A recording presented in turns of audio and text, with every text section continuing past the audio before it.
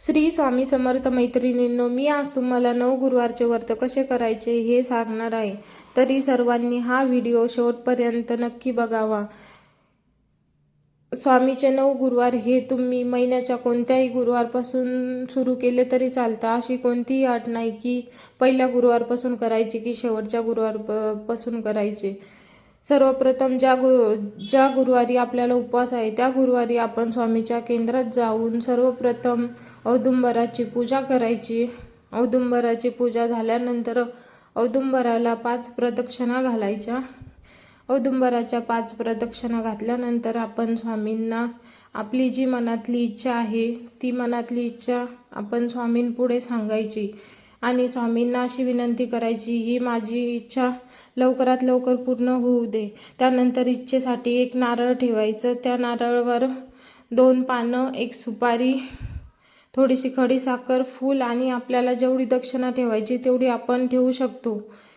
ते ठेवल्यानंतर आपण स्वामींना नमस्कार करायचा आणि त्यानंतर घरी यायचं.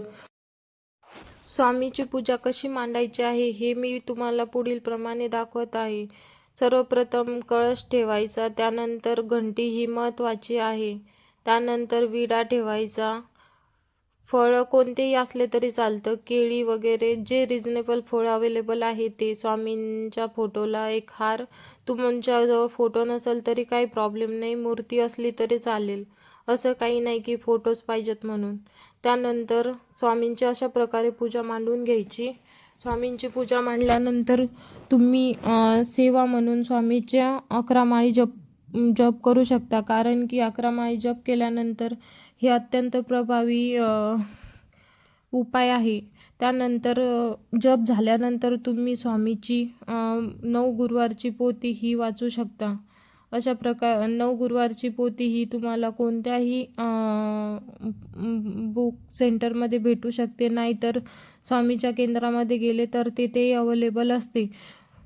पोथी वाचल्यानंतर त्यानंतर तुम्ही स्वामींना नैवेद्य दाखवायचा. नैवेद्यामध्ये 2 गोष्टी महत्त्वाच्या आहे. स्वामींना भजे आणि वरण भात हा महत्त्वाचा असतो. अशा प्रकारे तुम्ही नैवेद्य अर्पण करायचा.